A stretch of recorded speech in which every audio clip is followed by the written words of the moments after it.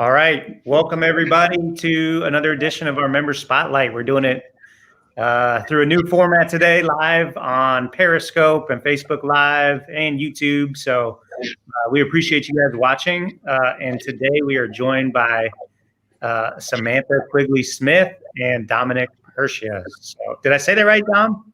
Percia? Percia. Percia. I screwed it up already. No, we appreciate you guys being on here. How are you guys today? Doing good. Very good. Awesome. Well, we're going to get started with Dom. So Sam, we'll see you in a few minutes, and looking forward to jumping into this. So Dom, tell us a little bit about, how you got started in basketball and going down the path that you currently are. Sure. So I was born in Worcester, Massachusetts. Lived in a small town called Sterling, just outside it, for about the first 11 years of my life. Played every sport basically as a kid. I mean, one practice of football before I knew that wasn't for me, and I walked away at 8 years old on the top of the game. But I got more into basketball when I moved down to Dr. Phillips in Orlando back in 2008. It was such a bigger part of the culture down there than it was up north, at least where I was. With that being said, I sucked for quite a long time. Never made the first cut through any of my middle school years, freshman team, summer JV as a sophomore.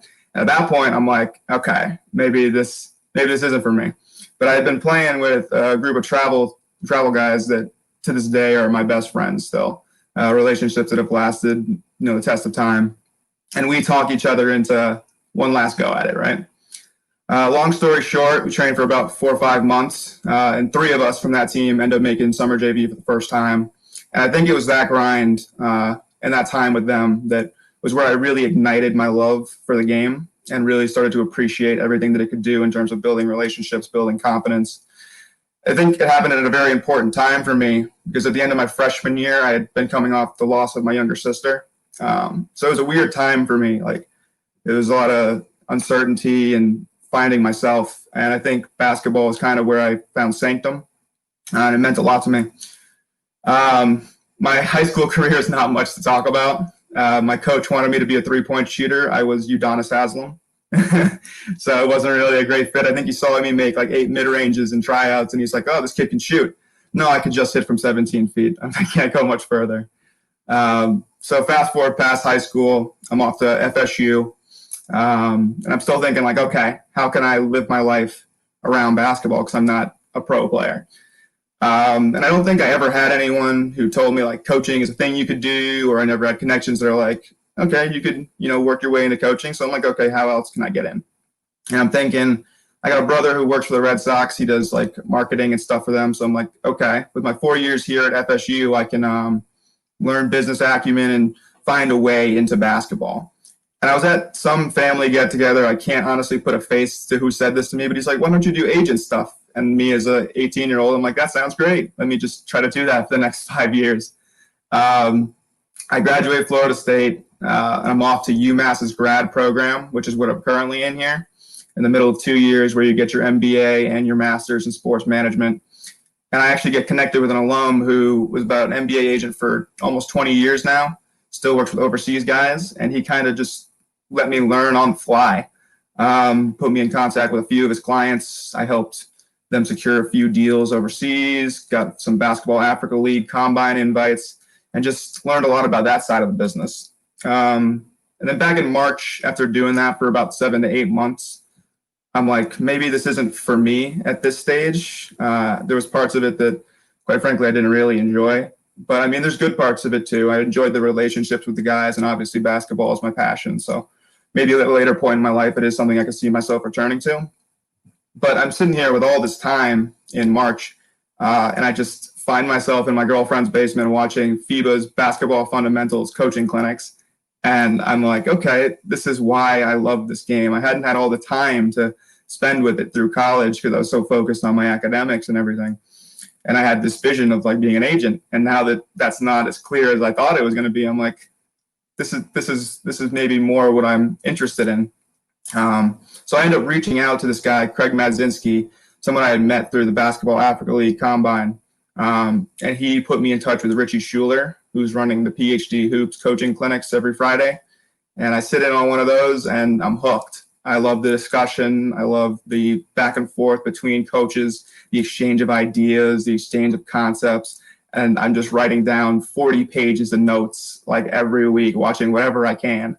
So now I'm active on Twitter. I'm talking about PhD Hoops, and a favorited tweet comes across my feed there, and it's Rising Coaches. I'm like, okay, this sounds like a continuation of what I want to keep doing here. And since then, about a month and a half ago now, it's just been down the rabbit hole, watching as many Zooms as I can, sitting in as many Zooms as I can. And if I'm not in on one, it's probably because I'm watching a replay. So that's where I am right now. I got about a week now before I'm back in Amherst to finish up my education, and it's TBD from there. I love it. Well, Ram, I appreciate you being so, first of all, great stuff, and glad that you did find us via Twitter and it led you into the family. Yeah. And hopefully it's been good for you. I'm sure you've met some people through Rising Coaches already. Yeah. A few people, just Jimmy Oakman, Caleb Koopa, two of the ones who've reached out to me personally and been great. But honestly, I just love the whole community. Like Menelik's a great guy. Brandon Rosenthal has been good too. So I've enjoyed just meeting everybody. Good. And then just going back to your story, like appreciate your honesty and being so open with your background. Sorry about your sister. I went through something similar. My brother passed when I was, I guess, 13 in a car accident. So I know that's not easy at all and definitely molds you into who you are. And then the move to Orlando, Dr. Phillips High School, which is like legendary. So I went to school in Tampa, and we had a great player, two-time All-American, Mark Borders, who was a great guard at Dr. Phillips. And I always recruited Orlando. I feel like everywhere I went in my college career, no matter where I was, that league is so under recruited. You know, people don't really go to Florida, even though it's a huge state, and maybe they hit up the JUCOs, maybe they recruit Miami, but Orlando is really good basketball. There's some ballers down there, man. I think about it now that I'm 24, and I'm like, maybe I wasn't as bad as I thought I was. Everyone else was just really good. So it's like, it is what it is. I'm up here in Massachusetts now, and some of the public schools are so zapped because kids go to private schools a lot up here to play basketball. And I'm just like, I text my buddies from back in the day. I'm like, man, if we lived up here, we would have been like the superstars and stuff. But, you know, summer JV is our highlight. So yeah, nothing wrong with that. Keep those connections alive, though, because that'll always be a great place for you to go back and draw players from. Hey, they're doing great things down there. Their coach Ben Witherspoon has really turned the program back around after one or two not so great years, and they've got some really high level prospects coming up. So excited to see how the program, continues. Who was the coach when you were there? When I was still in high school, it was Anthony Long. Yeah. Did he retire?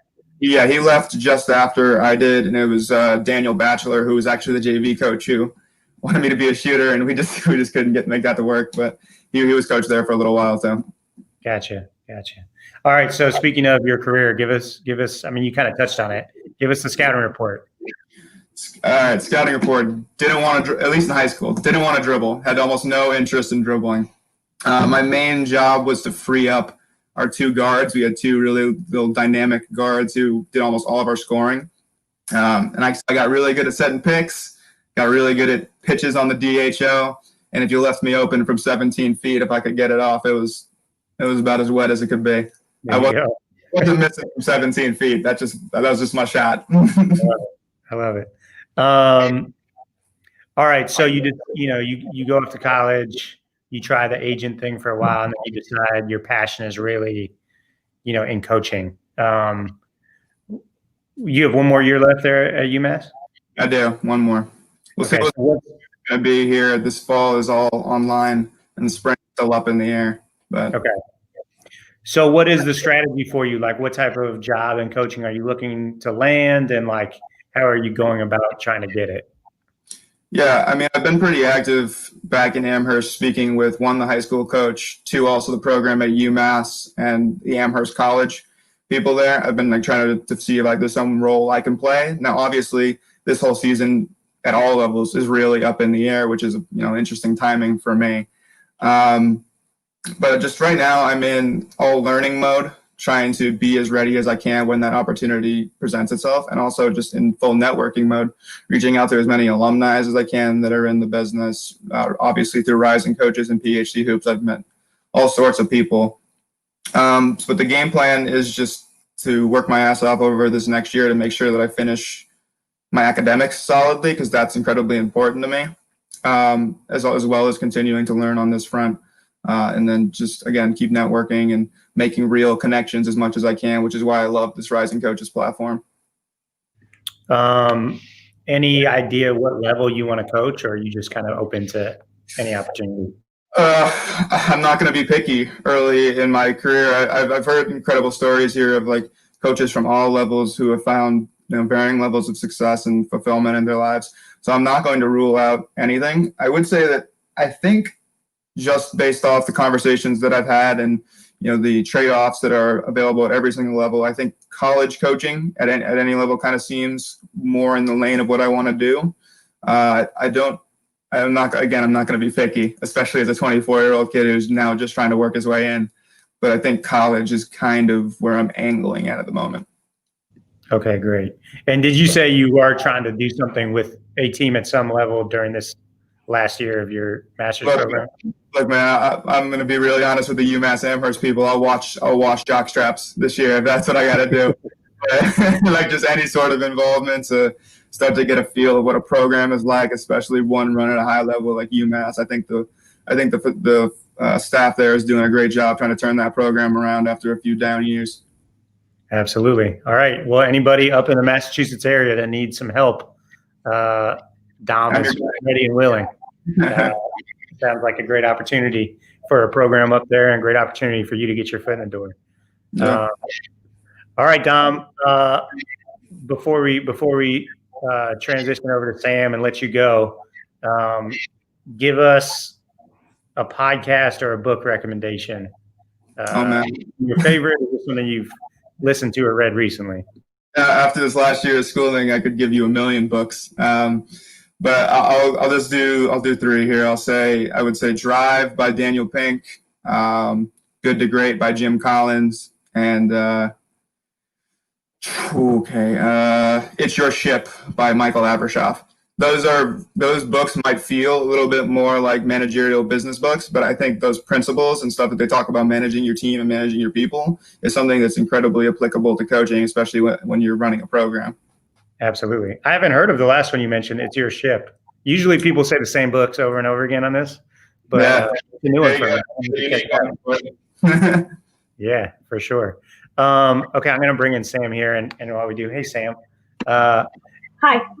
Before we let you go, Dom, and Sam, jump in if you have any questions or anything like that. But Dom, tell us, the biggest thing that you've learned over this last year when you figured out like coaching is really what you want to do, and it seems like you found, maybe your passion.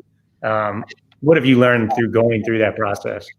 I've learned that even though I thought I was a smart basketball player, I knew nothing. But no, really, I think it's just there's so much stuff out there and so many people with so many great ideas who are always trying to learn and continue to teach. And I think the biggest thing that I've picked up is just there's a lot of really good people who are willing to give back, and if you do that in kind and help create that community of learning, it's invaluable to a lot of people, especially people like me who are trying to find their way. Great stuff, Dom. Well, we appreciate you being on here today. Best of luck, and we'll be rooting for you, man, and anxious to see where you end up. Hey, Dom, great to hear your story. You shouldn't be washing jockstraps though, so don't do that. Yeah. It's just being willing to do anything. I'm not, I'm special, but whatever it takes. Well, thanks again, Dom. Great job. We're gonna go ahead and bring Sam in. Samantha, how are you? I'm good. This these are some trying times for college coaches, that's for sure. Yeah, tell us about it. What if? Yeah, but just happy to the be biggest healthy. challenges? What's that? What is? Yeah, tell us about that. Like, what's been the Yeah, it's biggest? just the uncertainty, I think, of what this upcoming year is going to bring us, and trying to be as glass half full as we can and positive as we can. It's just a little bit different dynamic, obviously, with the potentially all going remote and online learning, and just crossing our fingers that we can squeeze out a season here. So we'll see how it all goes. Absolutely. Well, first of all, let's tell our listeners you're the head coach at Lewis University, right? Yeah, so I'm at Lewis University, Division II, just south of Chicago, and actually grew up right in this area. Kind of a funny, small world story, and I think a little bit of luck on my end when it came to getting into coaching. So I grew up in Joliet, Illinois, just south of Chicago. I'm from a family of 4. All of us siblings were in a row. Big sports family. Just my brother played some minor league baseball. My sister's playing professionally overseas and then in the WNBA right now. So, our parents were coaches growing up. We were always around the gym, always around fields. We were multiple sport athletes in high school. So we got a lot of athletic background, I think, in our blood a little bit. So played multiple sports in high school, then played collegiately at DePaul University in Chicago. And this has really been our home for the longest time. Haven't really left the Chicagoland area. After DePaul, I actually played 5 years there because I tore my ACL one season, and then went overseas for a little bit to the country of Hungary. Wasn't there for very long. I had probably the shortest stint of any professional basketball player ever. I think I was there for 2 months and it was homesick, just wasn't for me. So knew I wanted to get into coaching and came home. There was an assistant position open at a local university, an NAI school, the University of St. Francis. And this was right down the street from where we all grew up as siblings. So my parents went there, my husband went there, my youngest brother went there. So this was like a family affair, and kind of worked out in terms of timing and luck that I was able to become the assistant coach that first year. And they actually had hired an interim coach. They hired their baseball coach, a gentleman by the name of Brian Mahalik. And so he was the coach for an interim year. And he also coached women's basketball back at Lewis University, the school I'm at right now, in the late 90s. So growing up, we went to a ton of the Lewis camps because this Brian Mahalik is also my uncle. So this was kind of a funny story getting into coaching. I kind of didn't go the normal GA assistant coaching or video coordinator route. The position opened up that next year after being an assistant for 1 year, and I became the head coach that next season. So I was at St. Francis for 6-7 years, and then Lewis is only 15 minutes from St. Francis. Their position opened up in 2017, became the head coach at Lewis. So it was a really crazy route for me, I think. And like I said, a little bit of luck and good timing in terms of it all working out. But I mentioned my mother, my late father, and my stepdad all went to this University of St. Francis and had great careers there. So have had some pretty good success here at Lewis. And again, growing up, my sister and I, we went to all these Lewis basketball camps because our uncle had coached women's basketball here in the 90s. So it was pretty cool just driving up, and even over the summers, we would work basketball camps at Lewis. So it really felt like home. And, again, just had great experiences in the Chicagoland area, great people around this area. And I know Dom mentioned just, the connections you make, in your home state or your home area, and how important that is to come back to. And I haven't left here, so. That's awesome. Yeah. Very rare in coaching to just get to stay at the house. Yeah. Amen. So we didn't have to move very far. We didn't move at all, actually. But my husband and I, we have 4 little ones. We have a 7-year-old, a 5-year-old, a 3-year-old, and then our youngest just turned 2. So I joke around a lot, after DePaul, my dream car was a Mini Cooper, and I bought a Mini Cooper. I had it for like 2.5 years, and then I had to sell it and got a minivan. So I went from a Mini Cooper to a minivan real quick. Those are in the same family, right? Both Mini in the Mini family? Sorta. Okay. Lots to talk about. Yeah. First, growing up, are you the youngest of yours? I'm actually the second youngest. Okay. So there's 4 of us. And so did your older sibling, like, is that what made you good at sports? Because all you guys played together and got beat up on each other? Yeah, you know what? It's so funny because, and obviously back then there were no cell phones, social media, any of that. I mean, we were constantly outside. I think it was like this, there's 2 boys and 2 girls in our family. So it was this constant like boys versus girls, 2-on-2, anything and everything that we did, so a lot of competitiveness, I think, on a day-to-day basis. I remember one of my aunts saying, hey, one time I'd stop by your house. I looked out the window. You guys were on your bikes with rollerblades on, shooting hoops. She's like, I don't even know what you guys were doing out there. So that was just, I think, our upbringing, and it was fun for us. It was never, AAU was just becoming a thing when we got into high school and even late grade school. So there wasn't this like crazy travel things over the summer. You were just having fun and playing for your park district, jumping on teams with a bunch of friends from grade school. And so we just had a ball, I think, growing up with each other, and us 4 being so close in age. Yeah, that's awesome. All right, so give us the scouting report. You go to play at DePaul and then professionally for 2 months. I was short and I was too small, so I had to be a little feisty, I would say.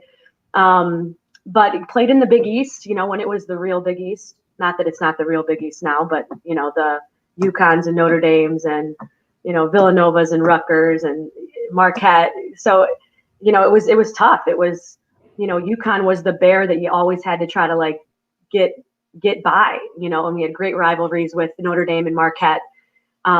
So yeah, I was the small little point guard that distributed a lot. The sister was the shooter, and the younger sister was the passer. So you're clearly very modest, because I did a little homework and it looked like you scored over 1,000 points and are third. Are you still third on all-time assists for DePaul? I'm not even sure, maybe. But yeah, it helps when you have someone like, you got professional players around you. You just For sure. You just pass and you run down the other way and they just take care of business, right? Yeah, you make it sound real simple. I'm sure that's what you tell your point guard. Right. So talk to us about, all right, you tried to play professionally, or you did play professionally, but it wasn't for you. And then you go right into coaching. Was there any type of like adjustment period for you, or did you just jump right in and it was like? No, I think a little bit. And I mentioned the year that I was a 5th year at DePaul and I had that year off for an ACL injury. I think that was the year I really figured out that's what I wanted to do. Coaching was my passion. I felt like an extension of the coaching staff in that season, and getting to contribute and analyze the game. So I think that was a big part of it. But yeah, it was a little bit different, just going right into coaching. And then the next year, my very first interview was the only head coaching job I had ever interviewed for, so it was nerve-wracking because I was 22 and a half years old and I was just thrown into this, and hey, you're in charge of a program now, and it was a little bit of a rebuild. I think prior to arriving, we were 10-23, 8-23, something like that. And so we were really in a position where we were trying to get ourselves into a national tournament contender type spot. And we were able to do that. I think within the 5 to 6 years, we were able to get a couple transfers and really built something really special at St. Francis, who's now, top 5 in the nation every year from a women's basketball standpoint. And so that was, it was a really interesting dynamic for me. I kind of like learned on the fly, and also had a phenomenal assistant coach, an older guy from our area that actually coached my father's in high school. So it was pretty cool. I had him join me and learned so much from him. He had coached for 35 years, basketball and baseball, and then bringing him on with me, I thought that was a big part of, I think, our success, having a coaching staff around us that, not that I didn't know what I was doing, but I was young, so I think that was a huge part of the success that we were able to have too, kind of having that brain behind the operation, I think. Yeah, absolutely. And then at what point did you start working with USA Basketball? So this was probably a couple years into the St. Francis gig as a head coach. I'd worked a couple of the regional camps that they had for girls basketball in our area. And then they called and asked if I would be an assistant for their under 16 and under 17 teams. And actually joined 2 other high school head coaches that are from out east, Dory Oldeker and Diane Lewis. And we're able to coach, McDonald's All-Americans. Some of these girls now are at UConn, playing at Notre Dame. And what an amazing experience just to be there for training camps, to be involved with the selection process, and then actually travel with the team. We were in Mexico one year, and then we were in Spain the next season. And it's a really elite organization in terms of you walk in and, the conversation with the trial players is, hey, we win gold medals. That's what we do. So you can imagine after our first year, like we bring home the bronze and us coaches are just like, we everybody wins gold medals. We didn't win a gold medal, so there's a lot of pressure, I think, involved in that. You're like, okay, yeah, like as a player and as a coach, you're in this organization that all they do is win, especially I think the women's side has been so elite from an all around USA basketball standpoint, and hasn't won much other than a gold medal. So that was a really great experience, and to be involved with Carol Callan, who's the director of the women's side of everything, just amazing people. And again, a really elite organization to get a chance, again, at a pretty young age, to get a chance to be involved with, was really awesome. So how do you manage like the pressure and the expectations when you're dealing with something like that? And you guys have built that a little bit with your program, but obviously USA basketball is another level where it is all about gold medals. Yeah. Like any strategy there to how to I think you just got to get them as prepared as you can, kind of like what we do with our own teams right now. And then when the game day comes, you feel confident because of the preparation that you did prior. I think that's been the biggest thing with those experiences, but even my own here at our program, if we can get them as prepared as possible, we're going to feel real confident when it comes to game day. So whether it's practices, whether it's film watching, whether it's scouting, that concept that if we are very organized and we are locked in and we're ready to go prior to the game. So we do all this work prior to the actual game day and the ball being tipped up. We feel confident we're going to be in a great place and the score is going to take care of itself. Now, it doesn't always happen that way. You can do the best work and the best you can in practice and, put in extra work and extra shots and you still don't win a gold medal, but I think that's really important from a coaching standpoint to feel like your team is prepared, and that you're prepared from a coaching end of things, whether it comes to organization or scouting. I think that's a big part of every program's success, is just being really, really organized and taking practice very seriously every single day. And then that's going to translate into a game situation. So. And then I would imagine, I don't know, I could see this going either way, but like working with another team in the off season, does that make you like that much more fired up to get back to your team when you get back home? Or are you like burnt out a little bit?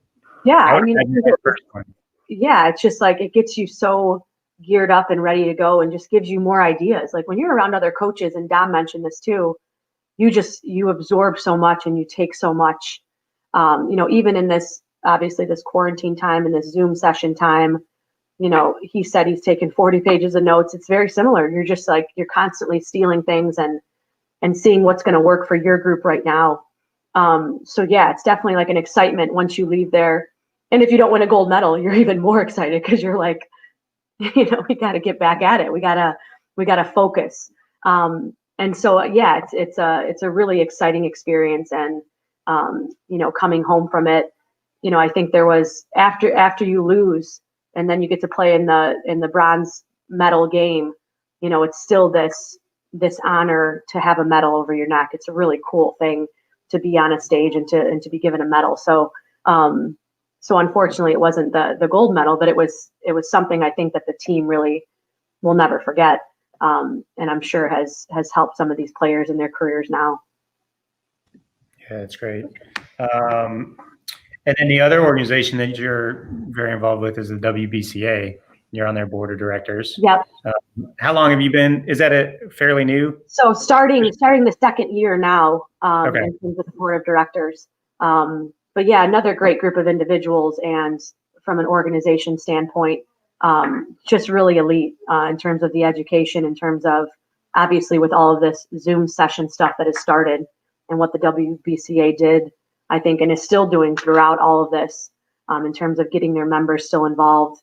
Without a Final Four and without a convention, that was trying times. I know for a lot of people in sports, but specifically, the NABC and the WBCA, those are huge, huge events for them. Their conventions at their Final Fours. And so to be able to still provide that education and information for their members, just awesome stuff that we were able to do. And, even joining in on some of the NABC stuff and seeing some of the things they were doing, just awesome leadership. And yeah, to be a part of, I think, that group that helped things was really cool. Yeah, that's great. And the WBCA seems so proactive and constantly like pushing the envelope forward, and they really do a lot for their members. I've been really impressed. Yeah, absolutely. And it's all, I think, doable stuff. I think that's one thing that sometimes you look at, especially some of these Zoom calls and things like that, and to be able to get all of this information, for an affordable thing. And, you have so many members from lowest levels to highest levels of college basketball, all the way down to high school, grade school coaches that are involved, just really important to be able to provide stuff for them. And yeah, they've done a phenomenal job. All right, Sam. So you've got 4 kids. You run a program that wins 25 plus games a year, give or take. You go between working with USA Basketball and the WBCA. I'm sure there's more that you do. Like, how do you juggle all of that? Yeah, I think it's organization, and it's also, I think, the understanding from our great leadership in our athletic department. They are a big reason, I think, why I, as well as our other coaches in our athletic department, are able to do so much. Not only that, but to also have families. That's our baseball coach has 11 kids. So like we have this. I think. I'm sorry. I thought you said 11. 11. He's probably not listening, but that's a shout out to Tim McDonough. Yeah, he's the real MVP. But his wife's the real MVP, actually. No doubt. Yep. But yeah, I think that's having that relationship and finding a place like that, especially if you're looking to have a family and coach. That's really, really important, to be able to have that comfort level and that understanding that there's a family life coaching balance that we all have. And our athletic director, Dr. Planek, has been, I think, just a great asset to what it is all of us are trying to do, and even provide for our women, for them to see, I think, a leader and a mentor and people around our athletic department that are doing it all. That's so cool for them to know that it is a possibility, and you're not kind of, you're not limited in any capacity. And so that's been amazing just to have that leadership here at Lewis, and also at St. Francis. I think it was just a great balance and understanding of people wanting to be professionals, but also wanting to raise families. Yeah, that's great. All right, last question for me, Sam. What give us some advice for somebody who, regardless of where they're at in their career, is in the coaching profession and trying to figure it out? I think getting as involved as you can, in multiple different places, organizations, something as simple as a USA Basketball youth clinic, and reaching out to them to see if they need help, they need guidance, they need, someone there at their event. I think getting yourself as much networking and involvement as you can, and Dom mentioned this too, I think that expands all of your networking capabilities, and talking on the phone with Erin Sanat yesterday, and her and Ashton, do the women in sports every week or every couple weeks. And gosh, I told her, like, your coaching network has, exploded in the last few months because of that. So I think just getting as involved as you can and being a part of things, whether it be Zoom sessions or, high school events, college events, USA Basketball stuff, I think it's so important just to be putting yourself out there so that you get to know more people. Then your name is involved in certain things that maybe other people don't have. So that networking, I think, is huge, and just keeping yourself as involved as possible, and learning and educating yourself. I think that's one thing even us and our staff, we do on a day-to-day basis. We're always sending each other tweets or clips or something that's going to be beneficial to our program, and always thinking outside the box. I don't think we're a staff that says this is what we're running no matter what. This is the defense we're running no matter what. I think recruiting wise, we look at our players and we reevaluate that every year. And so I think learning a ton and getting yourself involved in as many people and organizations as possible. I think that just builds your resume and builds your knowledge. Absolutely. Great stuff. Well, let's bring back Dom. Sam, great job. I want to open it up to some questions, and we've got a viewer question in here. I'm going to flash it across the screen here from John Plefka, head coach at Post, who's watching. So John is asking, what's been your biggest challenge since transitioning to the D2 level? Biggest challenge, probably transitioning to Division II. I would probably say just the difference in travel. Being at a local, smaller university, we, early on as a coach, it was more so we were going to local places, getting home the night of the game, and now it's a little bit different. We might leave on a Wednesday and return on a Saturday night. So I think the travel, but then also maybe the elevation of recruiting. Being able to maybe get a little more elite player. And I say that, but I was at the University of St. Francis, and at one point we had beat Lewis. So very comparable, I think, NAI Division II, in terms of being able to, if you're at that elite level, very similar to Division II, very similar to low Division I. So it's just that understanding that we can get a more elite player, and we should be trying to get a more elite player. Multiple players, I think, in our program could probably have played Division I basketball, but they chose the Division II level and balance. Great stuff. Okay, we have another question coming in from Brent Daniels, who's watching on Periscope. It's a two-parter. What's something you've been able to alter to your approach or ideas that you've done during quarantine with your team that you'll continue doing? So what's something new to your approach or ideas that you've done with your team during quarantine that you anticipate doing beyond this period? Sure. So I think making them speak, I think a lot of times we have Zoom calls and everyone's staring at me on the camera, so I think prior to the Zoom call, trying to give them a few ideas. Hey, this is what we're going to discuss. This is what we're going to talk about, whether it's a topic or, we're currently reading a book. So, addressing the first two chapters that we're going to be talking about later today in our Zoom call, just giving them a little bit more guidance in terms of thought process, and we've been constantly having, I think, the social justice and injustices discussion, and really getting them to think outside the box, so it's literally not coach just talking and lecturing you and you're just staring at coach. So I think just enticing them to be a little more vocal and to think a little bit more, and to open their mouths and discuss. I think opinions and thoughts are really important to growth, and so people expressing all of those. Great stuff. Well, we appreciate the questions from our viewers, and Sam and Dom. Thank you guys so much for hanging out with us this morning. I really enjoyed getting to hear a little bit more about your guys' background. Thanks, Adam. I had a good time. It was fun. Yeah, really great to be here.